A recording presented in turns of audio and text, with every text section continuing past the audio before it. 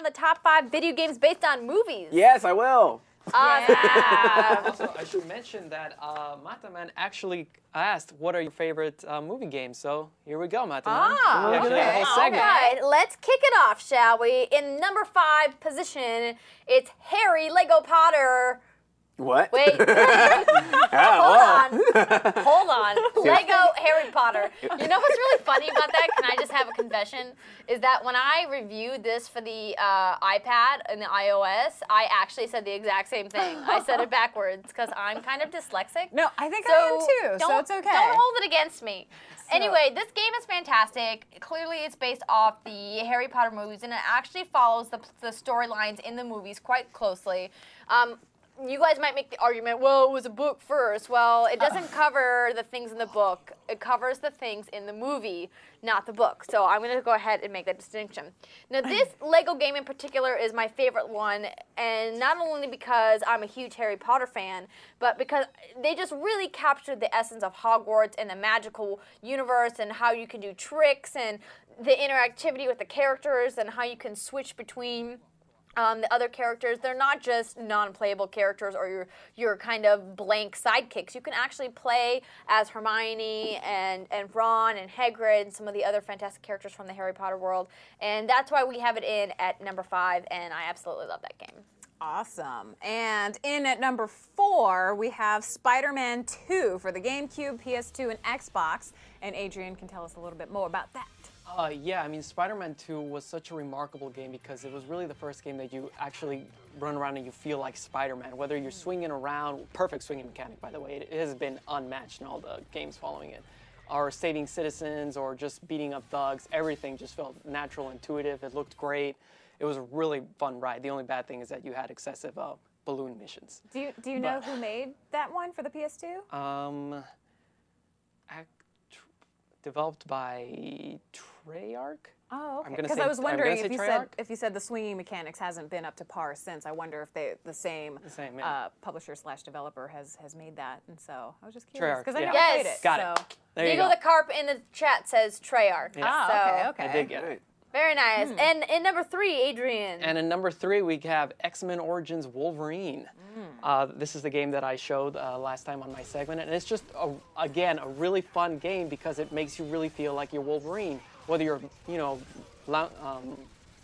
just chasing guys or throwing them up in the air or slashing them to pieces. It all feels extremely natural. And here I just showed like all the quick kills you can do. You can slam the guy on the floor, or you can just slam him there and then or overkill, smash his face into the floor. Or you can also grab the dude and jam him right in the crotch. Oh, nice. Or you can also take him out, throw him down on the ground, and decapitate him.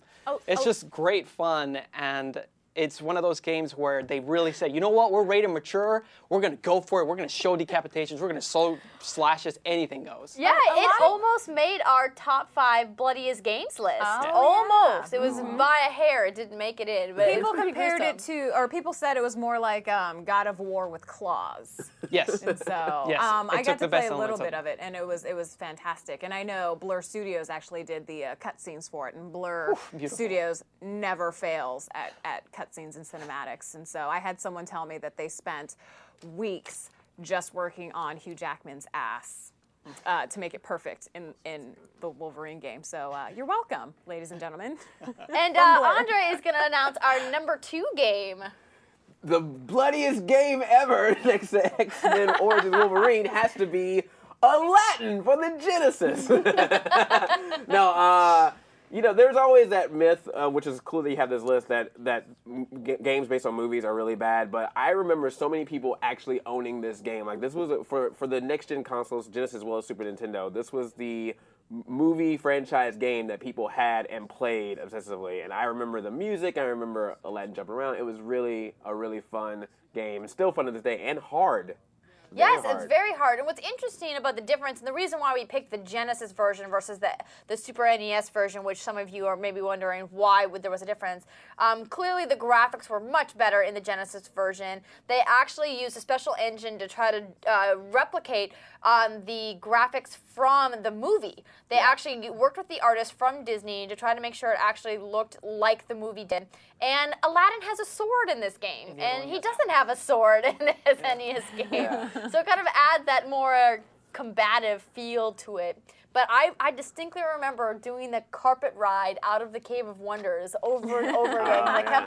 The lava balls kept hitting me. It was so difficult. It is. It's like on par with like Battletoads and the skis there. Not as bad, but yeah, that was a difficult level. So that is our number 2 video game based on a movie. And in the number 1 spot, it couldn't be any other game. We all know this game. We all love this game. It's Goldeneye 007 for the N64. Go Pierce Brosnan. And this is footage courtesy of Classic Game Rooms. We like Ray over there. I know that he is no longer with them, but we thank him for putting together videos like this and many others. And the reason why we chose this is because, come on, it's Goldeneye. I mean, it's amazing, and this is so much better than the Wii version just because it was first and we all played it. What do you guys have fond memories of from Goldeneye? Being shot. The sound I just never wanted to hear was and then blood coming down. That means you got shot with a golden gun. The great thing about GoldenEye 007 is that it pretty much redefined what multiplayer could be on a console. Because before this game, everyone was like, oh man, first-person shooter on a console? I'm not going to play that. I'm going to pull out my PC. But then this came around, people were like, oh my god, like this is so much fun. And 4-player split screen, it was great. And playing through all the levels and surprising people in toilet stalls just like you're doing there. Like, it's great stuff. Yeah. Absolutely. Split screen game.